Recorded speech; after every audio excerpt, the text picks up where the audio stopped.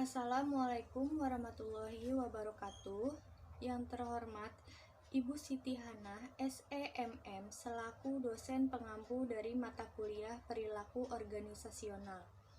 Kami dari kelompok 1 akan menjelaskan materi mengenai perilaku organisasi. Sebelum lanjut ke materi, kami akan memperkenalkan diri terlebih dahulu. Perkenalkan, nama saya Alivia Wahyu Syalfitri dengan NIM 201011120542. Perkenalkan, nama saya Afifa Pinangsi Isnandi dengan NIM 2011012007488. Nama saya Amara Desriana Gita Putri dengan nomor induk mahasiswa 201011120069. Nama saya Andini Silvia Putri Sudarsono dengan NIM 2011112000650. Perkenalkan, nama saya Arya Bagas Kurniawan dengan NIM 20101112000742. Apa itu perilaku organisasi? Menurut Lutyens mengatakan bahwa perilaku organisasi adalah kemampuan untuk memahami, memprediksi, dan mengendalikan perilaku sumber daya manusia dalam suatu organisasi. Studi-studi ini sebenarnya membantu menentukan bagaimana perilaku manusia mempengaruhi pencapaian tujuan organisasi. Sedangkan menurut Hanggreni dalam Hasibuan tahun 2011 halaman pertama, perilaku organisasi berisi prinsip-prinsip ilmiah umum yang mencakup 3 penentu perilaku dalam suatu organisasi. Struktur dan aplikasi untuk membuat individu, kelompok, dan organisasi bekerja lebih efektif. Yang selanjutnya, karakteristik perilaku organisasi. Menurut Robbins 2018 pada halaman 245, perilaku organisasi dititik beratkan pada 3 karakteristik, yaitu sebagai berikut. Yang pertama, perilaku. Dalam kehidupan berorganisasi, setiap anggota organisasi harus mampu memahami sikap dan perilaku satu sama lain agar mampu terjalin kerjasama yang baik. Yang kedua, struktur. Struktur dalam organisasi harus jelas sehingga manajemen kinerja terarah sesuai dengan apa yang menjadi tujuan suatu organisasi. Yang ketiga, prosesnya. Proses yang dimaksud adalah mencakup interaksi dan komunikasi anggota dalam suatu organisasi. Bagaimana proses kerjasama dapat terjalin dengan didukung oleh kompetensi sosial, inteligensi, dan kecerdasan emosional setiap anggota organisasi. Unsur-unsur perilaku organisasi. Menurut Robbins dan Lutyens tahun 2009 halaman 118, elemen terpenting dari perilaku organisasi adalah orang, struktur, dan lingkungan tempat suatu organisasi beroperasi. Dan orang-orang memerlukan jenis organisasi tertentu untuk mencapai tujuan mereka. Berikut penjelasan mengenai unsur-unsur perilaku organisasi tersebut. Yang pertama, individu. Individu merupakan sistem sosial internal organisasi. Ini terdiri dari kelompok besar dan kecil, individu dan kelompok. Struktur.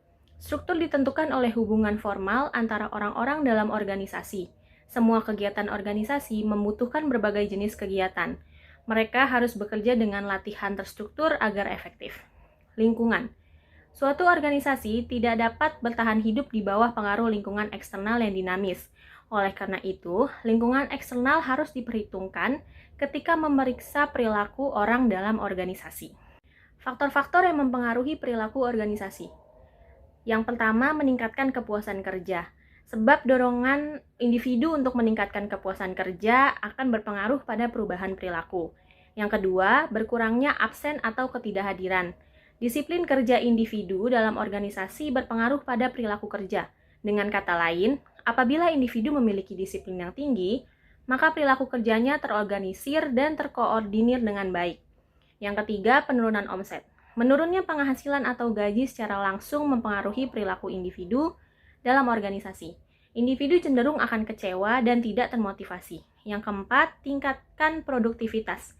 Produktivitas suatu organisasi ditentukan oleh produktivitas kerja individu dalam organisasi. Terkait dengan itu, maka lembaga atau organisasi harus mampu memperhatikan kebijakan-kebijakan mengenai manajemen kerja. Model perilaku dalam organisasi dasar. terdiri dari masukan. Level individu, 1 keragaman, 2 kepribadian, 3 nilai. Level kelompok, 1 struktur kelompok, 2 peran kelompok, 3 tanggung jawab tim. Proses level individu, 1 emosi dan suasana hati, 2 motivasi, 3 persepsi, 4 pengambilan keputusan.